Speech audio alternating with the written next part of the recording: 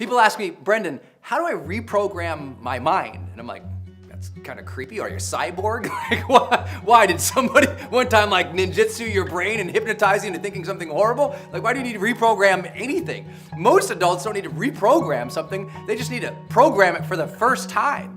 You know, it's like there was never actually any programming that happened anywhere. There were just all these patterns of incidences and these circumstances that have all coalesced into sort of these automatic thoughts and behaviors that they aren't necessarily being responsible for. They come up automatically and they happen to them. It's not like someone said, I want you to think this, I want you to think this, I want you to. No one ever sat you down and probably just like, woo, maybe it happened, but for most people, that never happened.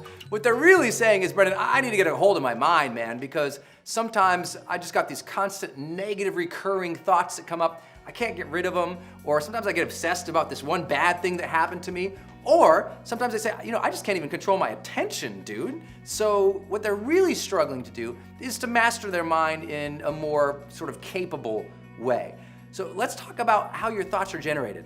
And some of this you might already know. If you've read my book, The Charge, or you've seen some of my other work in High Performance Academy, we talk a lot about how do you master your psychology. I'm gonna give you one simple framework to think through, and then some tips and tools and strategies you can immediately input into your life to better manage your mind.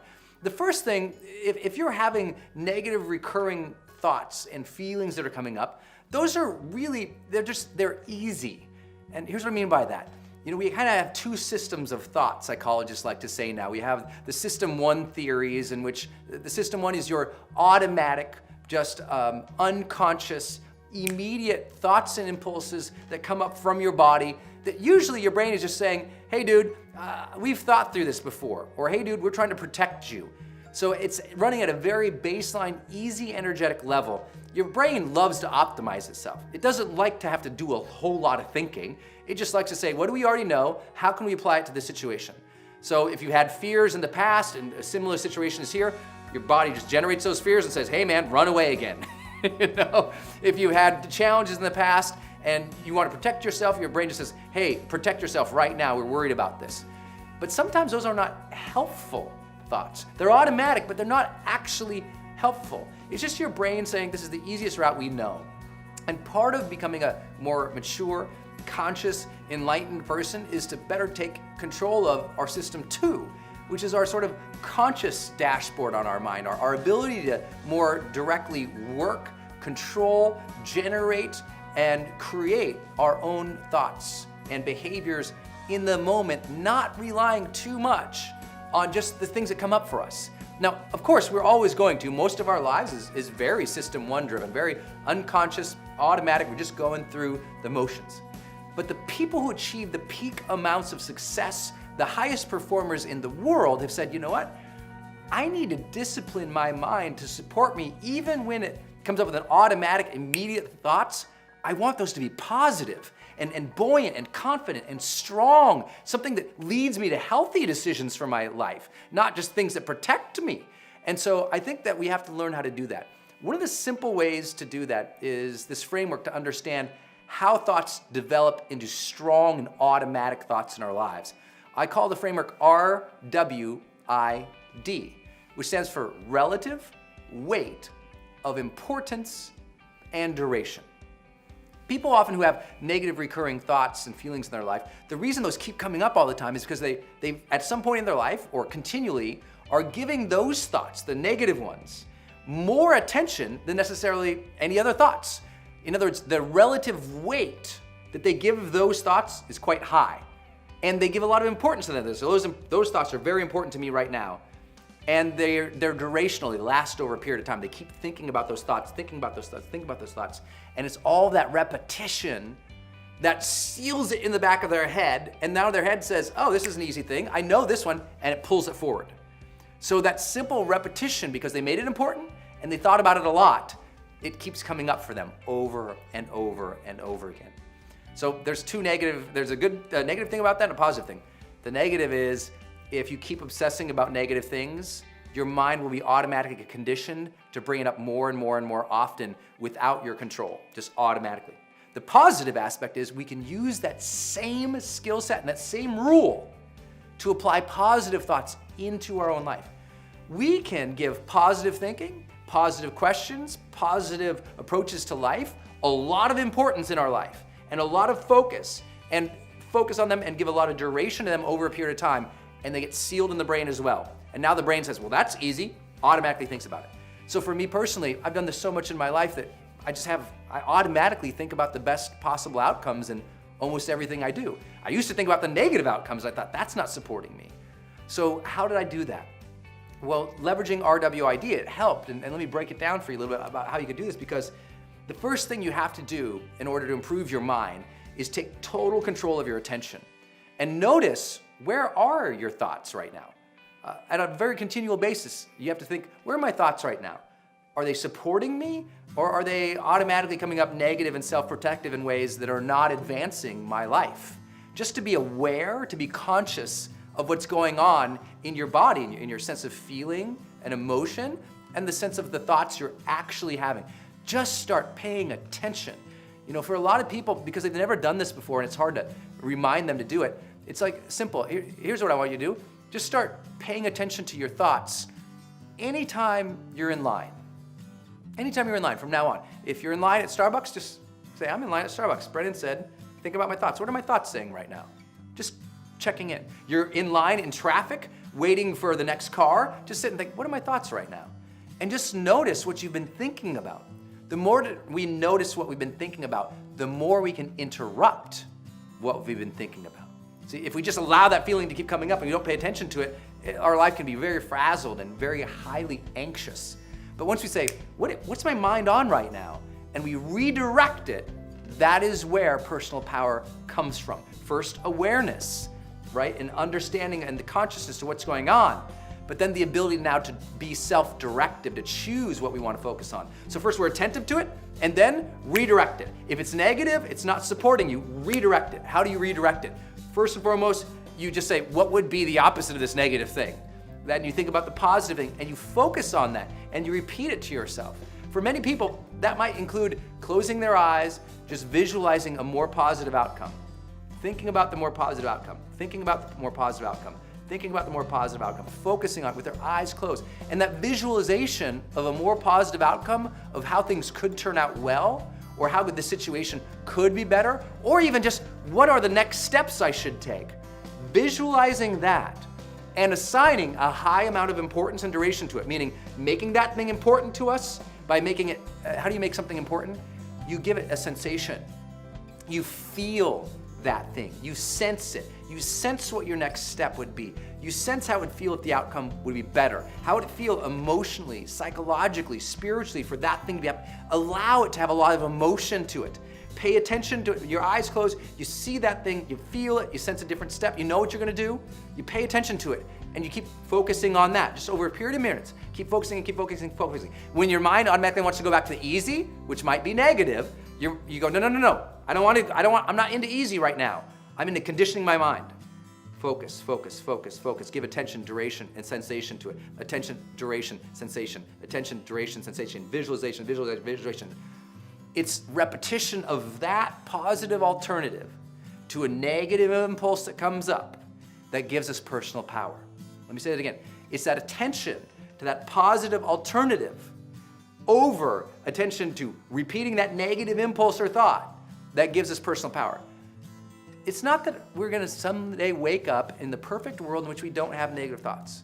There's plenty of times I struggle too. I come up with this, I'm thinking about a new dream, a new goal. I'm gonna go interview some major celebrity, or we got a big time celebrity client, and I get a little nervous, and I can start thinking about all these negative things that could happen if I screw up. My mind immediately interrupts that now, because my mind goes, relative weight of importance and duration, Brendon. You can either give this thought more time and energy and focus, or you can just stop it and force your brain, creatively force it to direct it to a different possible alternative. Force it, literally go, oh, I'm sensing this negative thing over here is coming up for me. I'm sensing it, stop. Okay, get to work, brain. What positive thing could I create and focus on? And close your eyes and think about it and focus on it and focus on it and focus on it and build it out. Make it elaborate in your own mind so you can visualize and see it and feel it and focus on it, focus on it, focus on it, focus on it. literally later on in the evening, focus on it again, focus on it again. I mean, you start building in that capacity. Now, if this all sounds way too philosophical and you're like, dude, how do I land this? How do I make it happen? Here's a very simple thing you can do to reprogram your mind. Create a sheet of 2 simple things, very simple things. I want you to write 5 questions down that you're going to ask yourself 3 or 4 times a day. 5 questions that are positive for yourself. Every day, you're going to wake up in the morning, you're going to read these questions to yourself, you're going to answer them. You're going to read them, you're going to answer them every morning. Then at lunch, read the questions, answer them. At night, read the questions, answer them. These can be questions like, what could I feel incredibly grateful for right now? How could I surprise or flirt with somebody right now? How could I have fun right now? Positive things like that, right? How could I demonstrate love or excellence right now? Ask these questions in the morning. Ask them in the afternoon. Ask them at night. By asking these positive questions over and over, I mean, you just do this for 30 days, you're gonna recognize a total shift in your life. Just simple questions, but you're giving them weight by focusing on them 3 times during the day. You're having duration by focusing on it 3 times during a day over 30 days. Your mind starts to reshift its gears to give automatic ease to answering those questions and living in that mindset versus an undirected, unconscious mindset. Second thing on that sheet, or those things you can do, 5 questions first. Second thing I want you to do is come up with 3 words that describe your ideal self. Just 3 words. You know, mine are, for example, present, excited, and bold. So I'm gonna focus on those questions 3 times a day as well. What I do is I put them on my iPhone and they come up as an alarm 3 different times during the day. Just my phone buzzes and those words are there. I'm like, oh right, I'm that guy. I gotta focus on being that guy versus whatever I might be in a bad mood. I'm like, you know, and completely detached. And then I look, I'm like, dude, no, I'm an excited person. Break that thought, get back into this, got it. This is who I am. And now that might sound so simple. It sounds so simple, but guess what? People won't do the discipline. They are so frustrated with their mind because they haven't done the conscious discipline to reprogram it. That's the last thought here. Yes, we all have unconscious thoughts, every single person of us. If you don't have a mental disorder, and then guess what? You have extreme power in your life to overtake it. And even those who have mental disorders, psychologists and therapists work with them to recondition their mind by allowing them a different way of attaching meaning to the past incidences. But even if they attach a different meaning to the past, the whole focus is bring them into today and teach them to use their mind to direct itself into positive orientations, to make healthier decisions, to enact healthier behaviors. If you can just focus on getting more attentive to what you're feeling, and then do these thought exercises. What questions? Who do I want to be? And you do that over and over again, everything changes. Last thought, our unconscious and our mind is incredibly programmed not just by thought, which is what I've been talking about, relative weight of importance and duration, focusing our attention on what questions we would ask ourselves, what positive alternatives can we create for ourselves, what labels can we create for ourselves to support us.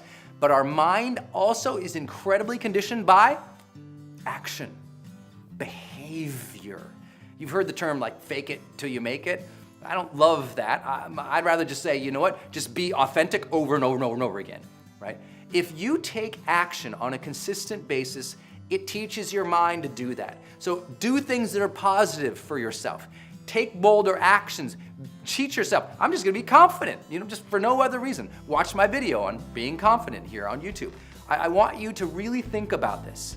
The more that you take action, the more your brain gets automatically conditioned to understand that's what we do. Hey man, that's just what we do. We just react to bad situations like this, because that's how we've done it. You can actually condition your mind without doing any thought other than just behaving in a more positive manner. And suddenly you find yourself thinking more positively. I know it sounds duplicitous, but word is duplicitous? I think it's word. Sounds good. Good word. It's like a $10 word right there. That's a big word for a Montanan.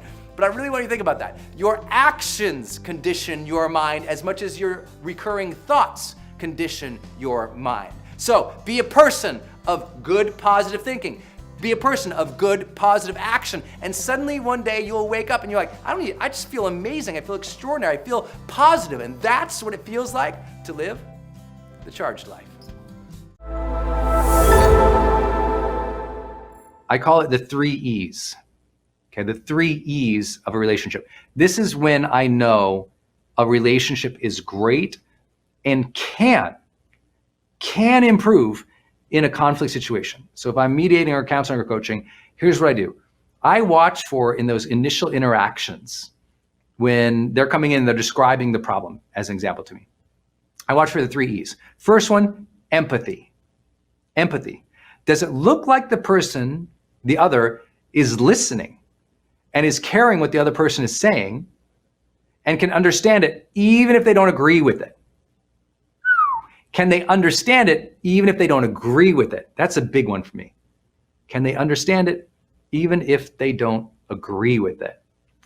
That to me is empathy. They care that the other person is hurt or confused or upset about something. Like, there's just empathy. Often it's nonverbal. I can see that. The nonverbal stuff is the easiest. But often what people don't understand is a lot of times empathy looks like listening. Even if you don't agree, it can listen, like this can be empathy. Literally, this can be empathy. Like, you think they're crazy, but you're giving them the allowance to speak. It's empathizing enough. Like, we all believe that empathy is warm hugs and sunshine. But a lot of the time, empathy is allowing turn taking, asking a question, waiting, nodding, not arguing. Or it's saying, I heard you say this. I see it this way. It's those simple notes of validation, time, openness make all the difference. Second thing I look for of the 3 E's, the first E is empathy. Second E is enthusiasm. I think enthusiasm is the master of all emotion, right? Even more than love. You're like, you're crazy. I'm like, no. I know lots of people who have love, but there's no enthusiasm in the relationship anymore. There's no intimacy, no pop, no vibrancy, no variety. It's like they care for each other, but there's no energy behind it. I think the energy behind things is enthusiasm. When we're excited about building our life together, or listen, when we're excited about solving this problem together. I remember the first, I was doing a divorce referred mediation. I was in grad school, and I knew this couple was going to survive. It was 5 minutes into this thing because they were just we were so excited to solve this thing together. And I was like, you're gonna be great. I immediately knew. And it was so easy. It was not easy. It was so well resolved because there was enthusiasm. Even if we don't agree, enthusiasm for the solution. Enthusiasm to move out of this crappy time. I love when people do coaching or counseling, and I've talked to therapists who go, oh my gosh, they were so happy to finally share their hatred for each other. They were so enthusiastic to get it out and to talk about it and to start working on it. The enthusiasm to work on it, the enthusiasm to improve it, the enthusiasm to build that future together, the enthusiasm to resolve it, that is such an indicator of things. So how do you feel? Are you enthusiastic to improve that relationship, to grow it? Are you enthusiastic to go deeper, enthusiastic to do the things for your other who just loves it? Are you enthusiastic about them and their life? So important. Empathy, enthusiasm. And the third one, encouragement. The strongest relationships are built on encouragement, right? We know this from the social sciences. I know many of you guys have heard me recommend, for the last decade, the work by John Gottman and his wife in research and relationships. I love that work. And one of the critical things that came out of that was such a simple distinction that happy couples tend to praise each other 5 times more than they complain or negate. And whether that ratio is true in all relationships across all cultures is probably not super validated. But what I do believe is the simple way to break that down is encourage your partner a lot. A lot. Encourage them, cheer them on. They got a big day, do something. Look here, I got this on this laptop over here from Denise. Can I see that? You guys probably can't see this, dude. No, I'm not gonna show up. It's a Post-it note that she gave me 6 months ago. I still have it on my computer. It says, I love you, I appreciate you, I know you are doing big things. I love you, I appreciate you, I know you were doing things. It was just a Post-it note she put on my computer in a really particularly difficult week that I was having. And we're both pretty good about leaving little notes around for each other, especially when we're traveling or we'll be apart or something like that. But also throughout the day, like she put something over there that she likes or she does. I'm like, I love that. Good job. That's amazing. And we don't say that flippantly. Like we were like, that's great. That's amazing. Like we cheer each other on a lot. And I think that's huge. The ability to encourage one another is so vital. So vital. Okay, so the three things: empathy, encouragement, empathy, enthusiasm, and encouragement. I look for those, I watch for them. But listen, don't just look for them. Cultivate them. Cultivate them. And if you don't know how to do it, ask your partner. Be like, hey, how can I demonstrate empathy for you more? Hey, how can I bring some enthusiasm in this relationship? Hey, do you feel like I encourage you enough? What could I do better? Because ultimately, all these things we're talking about, remember, you have to do together.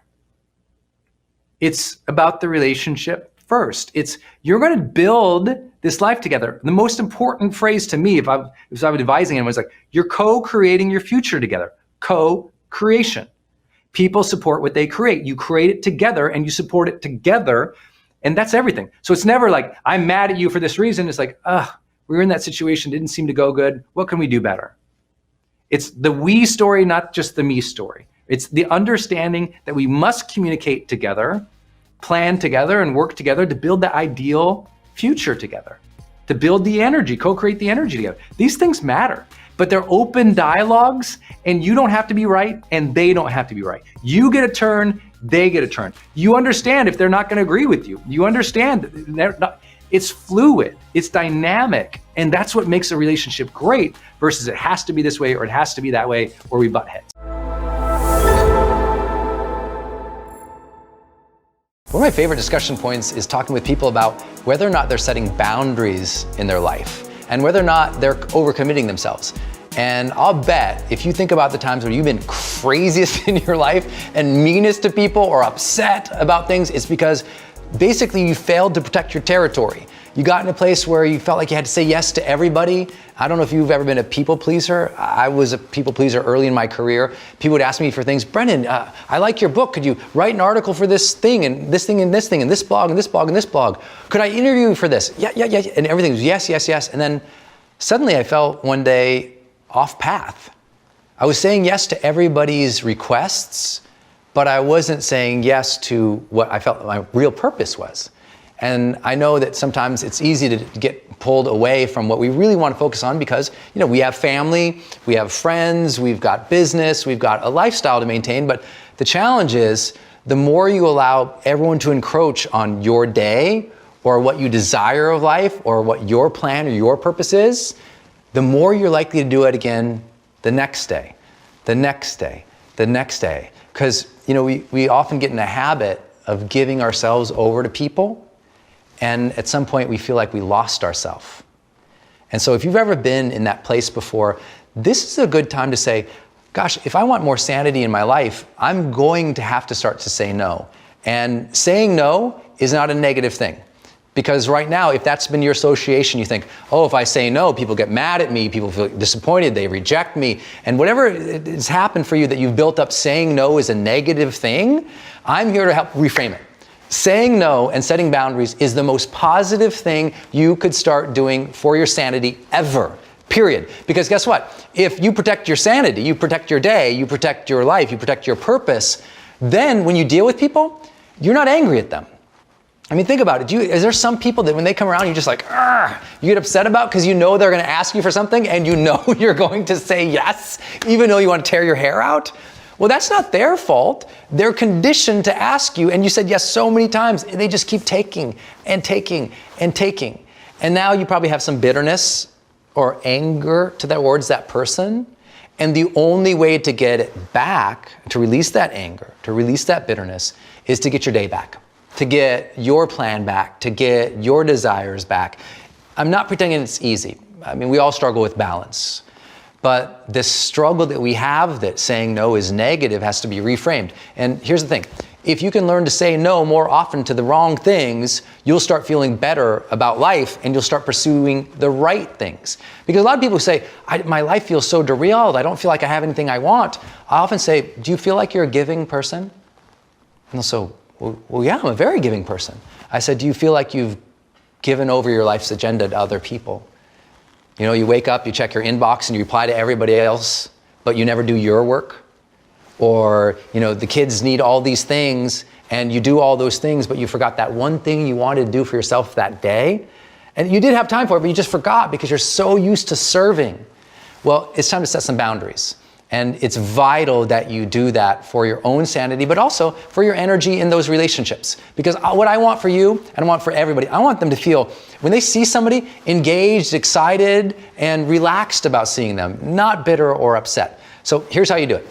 Setting boundaries. First thing, this is gonna be so hard for you, you're just going to start to say no. It's the hardest thing ever. And here's why I tell people this. Just say no. Automatically to almost anything that comes to you. You don't actually have to say no to the person or actually reply no. Just in your mind, when something comes in like that, just go, nope. And then justify, why would you say no?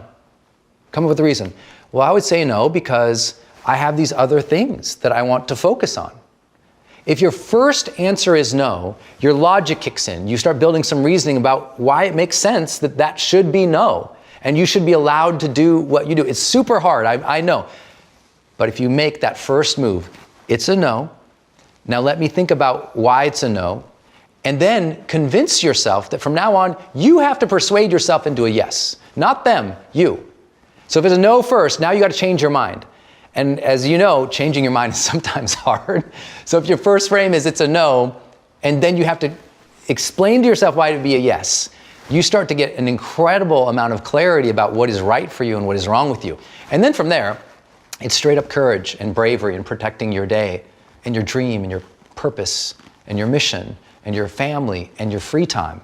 It's just the bravery of now saying to someone, you know what, I'm sorry I have to pass on that because I know you're just coming to me with this now, but I've actually had other plans that have been laid down long ago. And if I don't follow those, then it's being disrespectful to other people. So I know it feels bad that I have to say no to you now, but otherwise I'm cutting you in front of other people who they're just like you. I love them too. And I can't do that to them. So I have to stick to this, and I apologize, but I have to say no. That's it. Now, the challenge in all of that is you're gonna get pouters, you're gonna get complainers, you're gonna get people who keep pushing and pushing and pushing. And now it's just a question of your character. How much at this point in your life are you going to stick to what you know to be right for yourself? Because sometimes we go through a couple years or a couple decades where we know it's right for ourselves, but we're giving, so we give ourselves over to other people, and we end up in a life that doesn't feel right. And I would just say, if you struggle with saying no for so long, please give yourself that gift. Today is the day you're gonna be comfortable saying no. Resilience. If we've ever needed this conversation, it's probably right about now. People have really struggled to move through the dramatic changes we've all been experiencing, not just in the last year, but if you look at just the craziness of the last 5 years or the last 10 years, we've had technical disruptions, economic disruptions, pandemics, we've had, major political shifts around the world. Change is always accelerating. It's compounding each and every single year as the human body is being more connected to one another. It's an incredible challenge at the macro level to deal with all the changes that we face when sometimes it's scary, uncertain, discouraging, frustrating, when you witness hate, when you witness things that just don't vibe with your personal values or your socioeconomic beliefs or even your faith beliefs. All of that can really knock a person down. And resilience is that promise of the human spirit. The promise of the human spirit that it can rise through the most difficult times in life and recapture its sense of aliveness and connection and meaning and move forward with great faith and optimism. We know these things as we hear about resilience all the time. So today I'm hoping that I can provide a unique perspective on it from my vantage point. I think that a lot of resilience and our ability to do that is stymied or hampered or slowed down by the fact that we get hurt. We experience emotional pain, trauma, sadness, difficulty. And when we're in those days and nights where we feel that it's darkest, it's really hard to get up and go again. And it's not that most people lack mental strength or mental tenacity, which has become very popular in the last couple of years of like, oh, well, they're not mentally strong or resilient. It's like, oh, well, let's not forget the difficulties that people face in life. Because a big part of resilience is empathy. A big part of resilience is allowing ourselves to feel that. Allowing ourselves to feel those challenging days and those dark nights and those frustrating moments. Allowing ourselves to be like, oh yeah, it's all right if I'm not perfect. I'm struggling right now. Resilience always begins with acknowledgement of the difficulty, acknowledgement of the challenge, acknowledgement of the struggle of life, and acknowledgement of the inevitable hardships. Because picking yourself back up or remaining strong and optimistic through difficult times, that's super hard if we don't first and foremost allow ourselves to sense it, feel it, recognize it.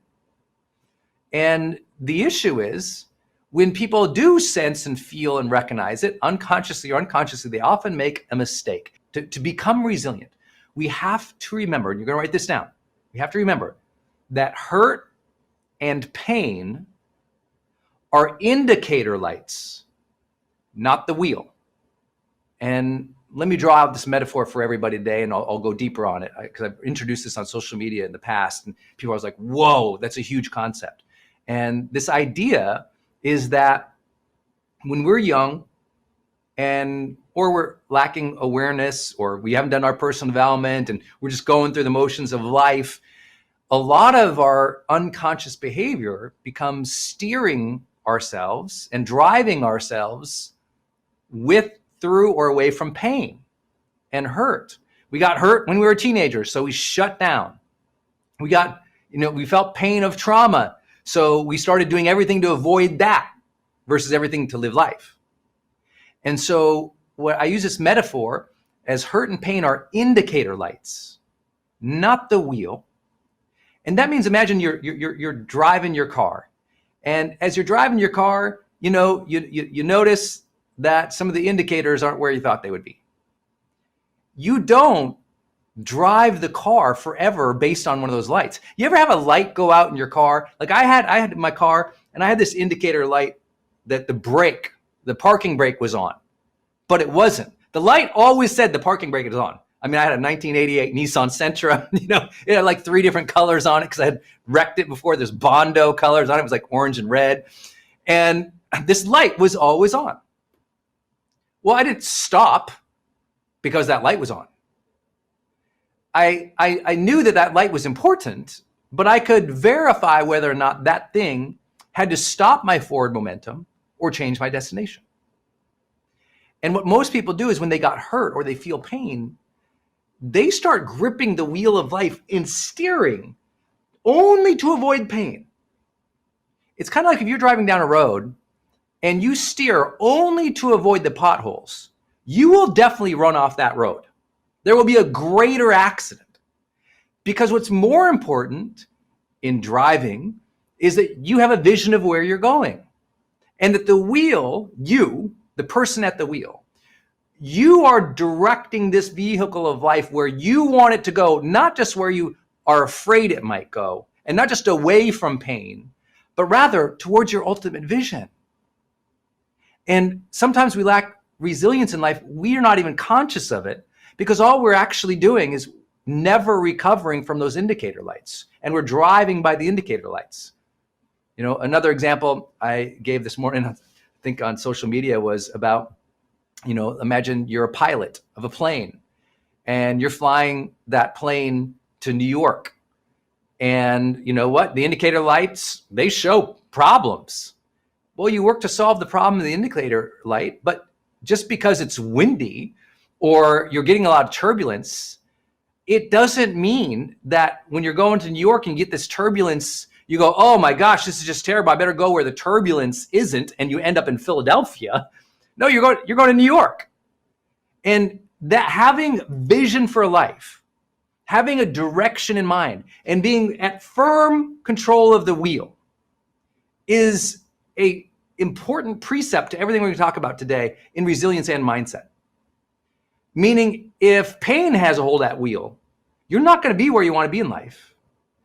Consciousness, intention, awareness, mindfulness, spirit, soul, future, purpose, mission, whatever you call it, that's got to be at the wheel. When you got hurt and you were 15, that didn't need to dictate your next decade. You didn't need to drive your next decade of your life because of the hurt. You got divorced at 40. You don't need to be at 50 having just been reacting to that indicator light for a whole decade. What you got to go is, oh, okay, this thing happened. It hurt. I had to check in on myself. I had to make sure that I was okay. I had to take care of that problem or take care of myself, but that's not going to direct my map. That's not going to direct where I go. That's not going to make me steal. It's not going to steal my ability to steer my life. And a realization of resilience comes when often we realize, wow, I did pick myself up, but I went in the wrong direction. See, a lot of people actually have tremendous resilience and they never get credit for it. But it was the choices they made next that showed they didn't have ultimate resilience. Because you know what we learned in high performance habits? And I know you all know this. That first habit of highest performing people in the world, which remember, they were also the highest in well-being and positive relationships, was clarity. They had clarity about who they were, where they wanted to go. They had clarity about who they were and where they wanted to go. Think about that for a minute. They had clarity about who they were and where they wanted to go. It's a pretty powerful idea, right? That if I get hurt, or I feel pain, or I feel sadness, and I shut myself down, but I'm able to pick up and go through the week still. Yeah, I picked myself up. But if I didn't ask, wait, okay, that wasn't what I expected. That did hurt. But what's it about now? Where do I want to go now? What is my vision? Without that, I'm here to tell you, it's extremely hard to be truly resilient. There's a difference between picking yourself up and getting back at the day and being resilient enough to course correct for what's true to you, to where you want to go. So to be resilient, we have to know in the future, you know what? Next time I get discouraged, someone judges me, I get hurt, I'm sad. Next time I experience that, you know what I'm going to do? I'm going to remember that's an indicator light to check in with myself. That's an indicator light to check in, see what's meaningful, see what matters to me, and where I'm going to go now. What's the next right action of integrity for me now? What does my future hold for me now? Not to now grip the wheel and stay or live in the pain or the hurt or direct ourselves only from the pain and the hurt. Because what resilience is the ability no longer to direct ourselves from the discouragement, the hurt, or the pain.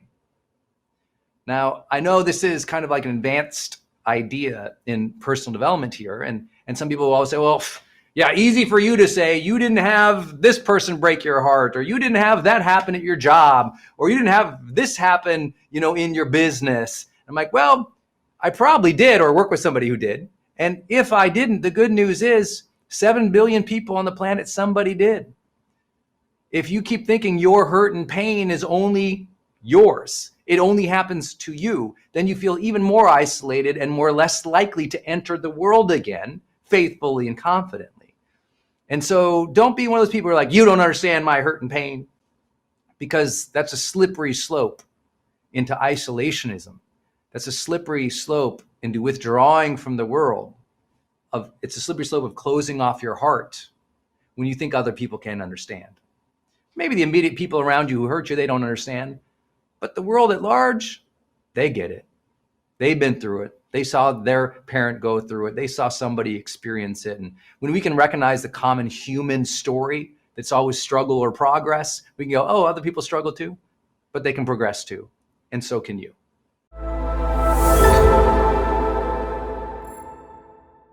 The number one issue with being productive isn't that people usually don't know what to do with the day. It's that they look at it with dread and they accept that feeling and they stop. They go, I don't wanna. So they stop. Even though if they looked past the immediate dreadful activity and looked into the future about the benefits it would give them, if they could reconnect with that, they could push through.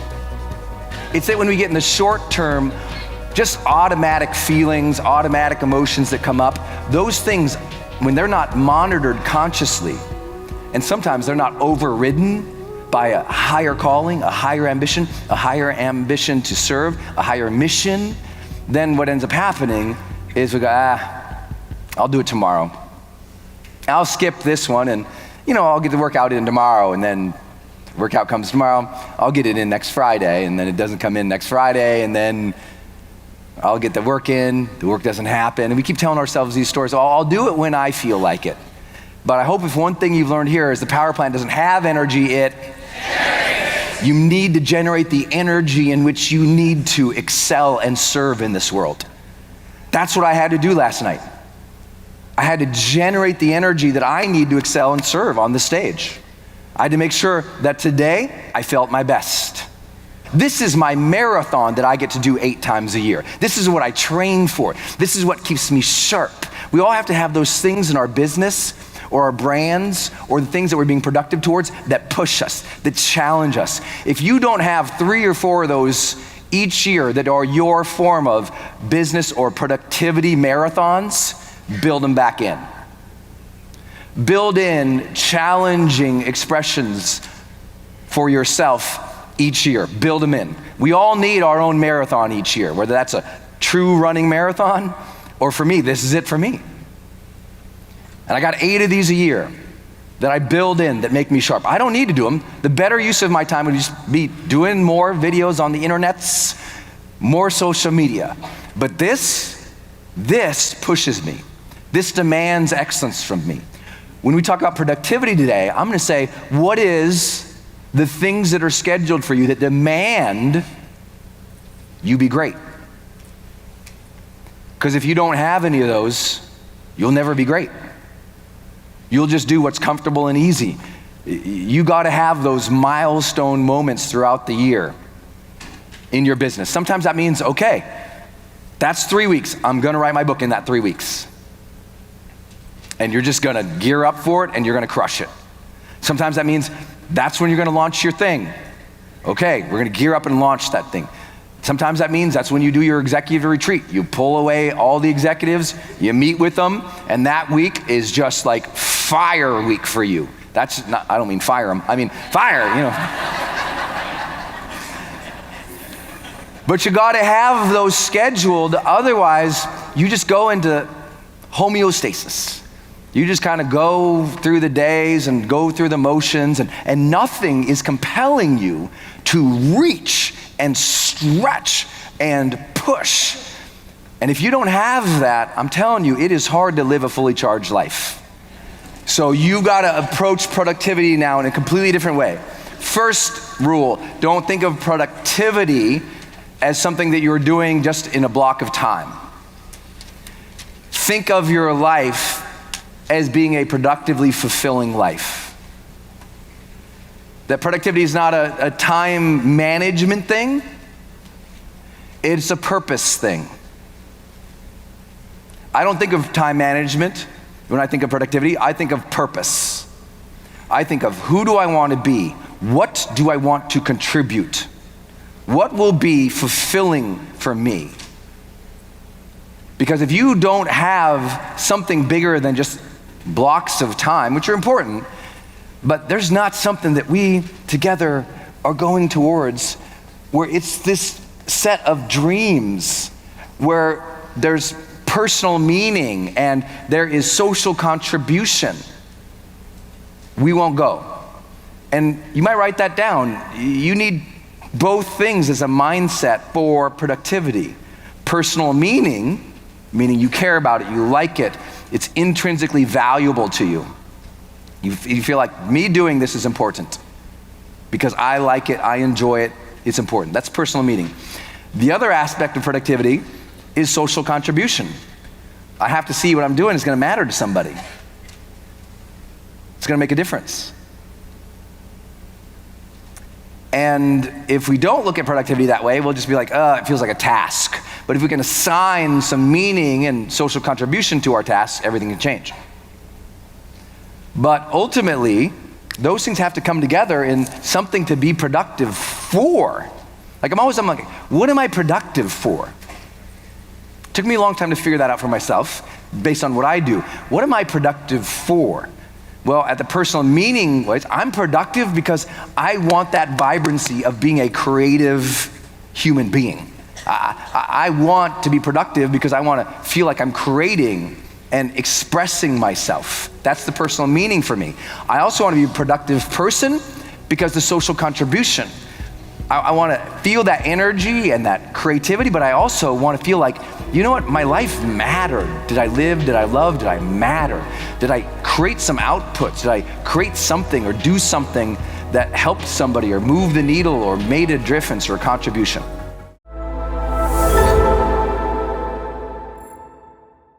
The greatest secret of couples married 40 years or longer still reporting to be happy, the number one thing they said was respect. Number two is communication. Respect is a difficult one.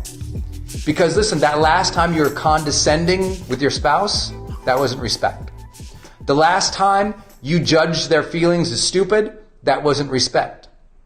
The last time you interrupted them when they were really trying to share something or explain something, that was not respect. That last time you said you would do something, but you didn't do it, that wasn't respect. We break respect in these subtle little ways so often. So here's a simple scoring mechanism. And again, this might be a punch in the gut for some, but it's so helpful. 1 to 10. 1, you have not been demonstrating respect actively and consciously at all. 10, you actually think about it. How can I demonstrate respect to this person? And you think about it actively and consciously. That's a 10. That's like, wow, you're amazing. Okay? 1, you don't even think about it. You're just going through the motions or being disrespectful. 10, it's like on your agenda to demonstrate respect. I'll give you an example. Sometimes my wife and I will go out and we'll be with a couple or we'll see other people. And I make it a goal. I literally make demonstrating respect to my wife and of my wife a goal. So as we go to sit down, I'm like, okay, we're all together as friends or we're meeting these new people. I'll say, I want them to know that I respect my wife. So I will say things to her or give a level of appreciation to her verbally that people hear and they're like, wow, he really loves his wife. But I'll often use the word literally with her, respect. Honey, I respect how hard you have worked to make an amazing relationship with us. And I'll say that to her in front of other people. Honey, I respect how hard you work. Honey, I respect how caring you are. Honey, I respect and appreciate all the help you give. Honey, I respect how brave you are. I respect how courageous you are. I respect how giving you are. I respect how thoughtful you are. You're the most thoughtful person. Write down the 5 most important people in your life, or 10 or 15, however you want. Write down the most important people in your life and score yourself. Have you been demonstrating respect? 1 is no, 10 is yes. But then what I'll have you do is just scratch out real fast. Just write, what's something you do respect about them that you could communicate and tell them? That's what I mean by that, like demonstrating respect. I didn't ask you to have respect of them. I said demonstrate it to them. Demonstrate your respect for other people. Demonstrate it. I tell myself this before almost every major meeting I have. I say, respect the people in this room. Respect the people in this room. It's something my dad taught me. Respect other people. So I try to actually verbalize it. I try to communicate it. I try to do things that show it. And if you were one of my friends and you knew me, like, none of my friends or none of my family questions whether or not I respect them. Everyone knows it. If you're in my inner circle and I have respect, you know it. You know it. Now here's the issue. The funny thing is this new generation, and when I say new generation, I mean people alive today. I don't mean millennials or Generation X or Y or whatever. I mean, if you're alive today, respect is not a word that's actually used that often. People prefer other words that are easier. And that's nice. And yet, that's why there's no depth in the relationship. You know, there's lots of other things that we could say that we want. You know, even, oh, look, even Odile said, she said, I appreciate better than I respect. I understand that. And that's a good thing. But respect is something that they need demonstrated and said, all people. Like, I understand that might be your approach. Like, I like, but appreciation is just one form of respect. And I think that we need to put that word back in front of us again. We need to make it a goal. Make that a goal. Make demonstrating respect a goal. So maybe something, what could you do for your spouse or someone that you love to show your respect for them? Or to explain to them that you respect their work, their effort, their values, their heart, their commitment. My wife, she knows I respect her like more than any other person alive. There's no question. There's no lack of respect ever in our relationship, even when we have fights. And we're going to talk about that later, because the number one way to quickly make a conflict be worse is do something so that the other person feels like you don't respect them. When respect is gone, there's almost nothing else you can do. You can placate, you can say nice things, you can write them a gratitude note, but if they don't feel respected, that's trouble. So, how do you demonstrate respect to your spouse? First, you speak respectfully of your spouse to other people in a way that when your spouse can see it. Like, literally say the words, I really respect my wife's heart, her giving, her thoughtfulness, her care. Like, say the words, I respect this person for these reasons. And say it around other people so the person's like, wow, that was so nice of you. That was so kind of you. Also, know how your partner feels disrespected. I'll give you an example here. Like, because it's different, right? The way I feel disrespected is not the same way my wife feels disrespected, right? For me, I feel disrespected if I am sharing something, I'm right in the middle of like passionate sharing, and someone interrupts something, and they interrupt, and it's something that's kind of unrelated, and it's not like in line with what I'm sharing about passionately, so I feel interrupted and kind of like from a tangent, I feel disrespected. Now, I know many of you are going to say, well, Brendon, take it easy, man. You don't have to feel disrespected about that. But that's my immediate impulse. It doesn't mean I freak out about it or go crazy. I'm just saying that to me, it's not a show of respect. Show of respect is cheering it on or jumping in the conversation or aligning with it and like creating something together. Now, for Denise, that's not a big deal to her. She's happy to jump in any conversation. So we have different ways. Another way of respect, as I said before, is absolutely making sure that if you say you're going to do it, you do it. That is integrity. That is congruence. I'm defining it here as respect to your partner.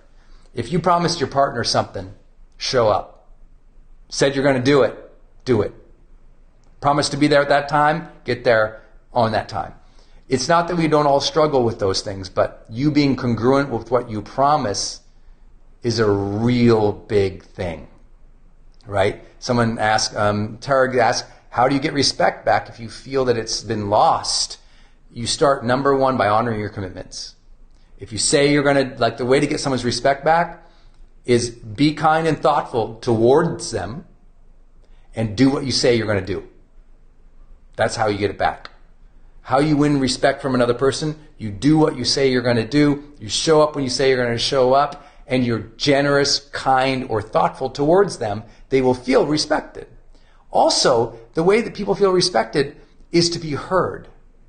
So learning to reflect back what they are saying to you accurately. And I really work on this one. It's like learning to, like, if Denise says something, I listen to the words with precision of what she says, and I reflect those words back. Not my words, not my take, what she said. Because when people feel, that's big. When people feel like you say, oh yeah, he heard what I said, they feel respected. So you got to work on that one too. And listening to other people, being thoughtful towards other people, doing what you say, all those things are so obvious, and that's why I say make demonstrating respect the goal. This has been so powerful when you've shared this on our morning show, and I just want to share it with everyone here. A lot of people are showing up here going, okay, like it's been a hard 14 months and struggling with self-doubt, struggling all the things. And some people have goals that they're trying to figure out with their career and all the other stuff. Yeah. But then there's also a thing called feelings goals. Yes. Feelings goals, right? So many of you guys, this is going to be new for a lot of people. This is newer for me in my own life, frankly, right? Because, all my years of working as a Denny's waitress, trying to all the jobs and then all the years of rejection with my business, when I finally got, when we were finally getting momentum, I didn't feel the day. I just drove as hard as I could.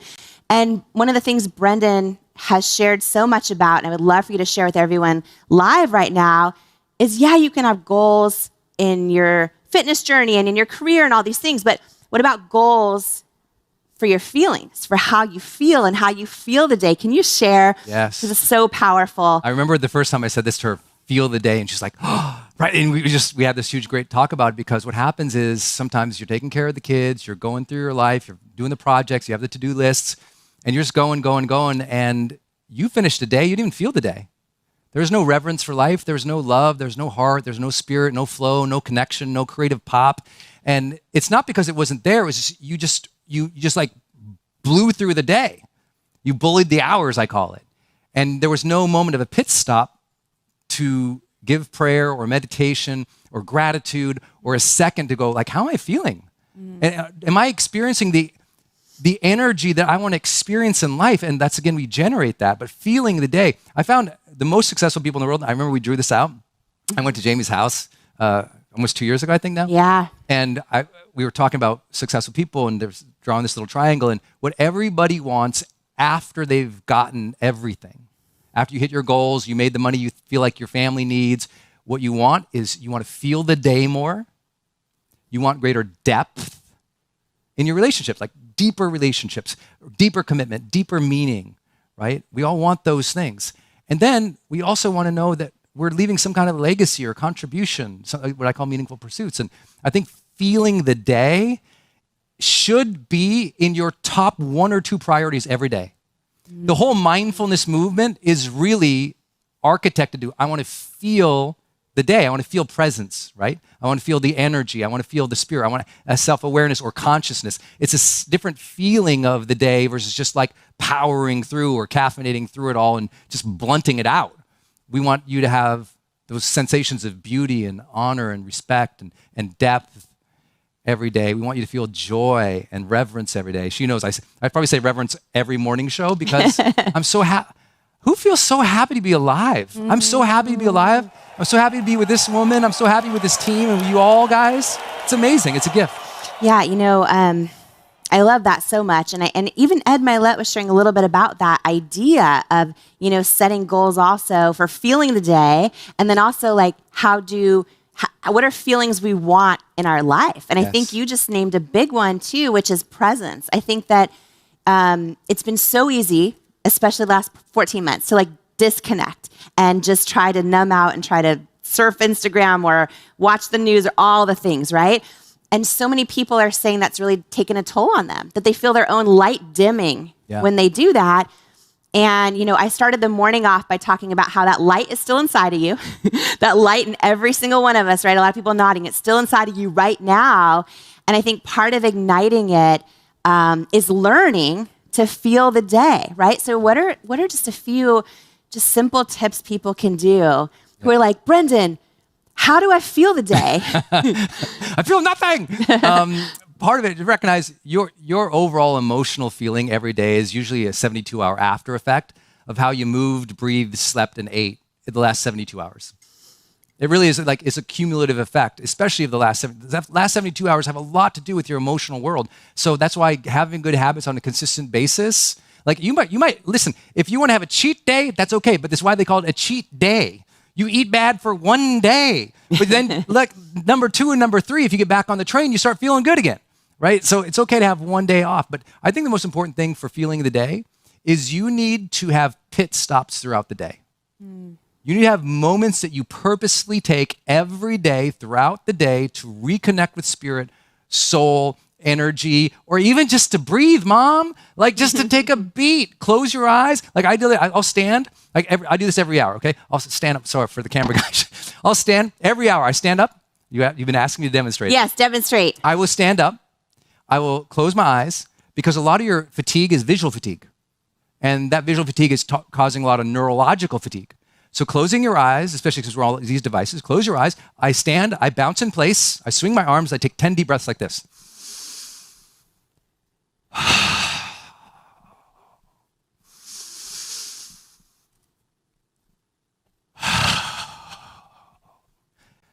10 deep breaths like that every hour. And it re-energizes my body and my brain, and it's a little pit stop. And now my mental focus is back. When I open my eyes, I go, what's my intention for this next hour? And that little pit stop makes me go longer, just like a race car. It can go around the whole race, but it doesn't. It takes the pit stops to tune it up so it can go longer and faster and win the race. You need a little more pit stops to tune your mind up, amp up your emotions, reconnect with the heart or the spirit or the soul. And if you are just grinding all day, there's no pit stops. That's the equation for burnout. Yeah, well, so many people feeling burnt out, right? People that aren't leaving their home but because of the pandemic, but just so burnt out and so overwhelmed. And one thing you shared that I want to make sure everyone caught is the idea of visual fatigue, because that was a huge aha moment that I had with you on the morning show just in the past few weeks. I thought, you guys, we implemented this at It Cosmetics. We grew to over 1,000 employees, and we would start ending meetings like 5 minutes before the hour, instead of just back-to-back-to-back meetings, right? Because the idea that you can get up and just walk around and move your body. But one of the things you brought up is I learned I was doing them wrong because I was like walking and moving, but still engaged. I would take meetings in the hallway walking, or I would check my email on that 5-minute break, yes. Right? And can you just quickly share the idea that when you do take a pit stop, when you do take that 5 minutes, right? And this is hard for a lot of people, but the idea is when you take that 5 minutes, the other 55, right? Or you take the 10 minutes, the other 50 are so much more alive. Yes. They're so much more alive. So people that say, oh, I can't afford to do that. No. You're so much more alive than those other 50. But I was doing it wrong because I wasn't actually resting my mind. And you talk about the power of like visual fatigue. If you take a break and you're scrolling Instagram or emails, that's not a break. That's exhaustion, right? Scrolling is just exhausting your brain even more and more and more and more. It's engaging it, but it's exhausting it more and more and more. And so it's like this. You cannot possibly hope that burnout will end if you don't more consistently recharge.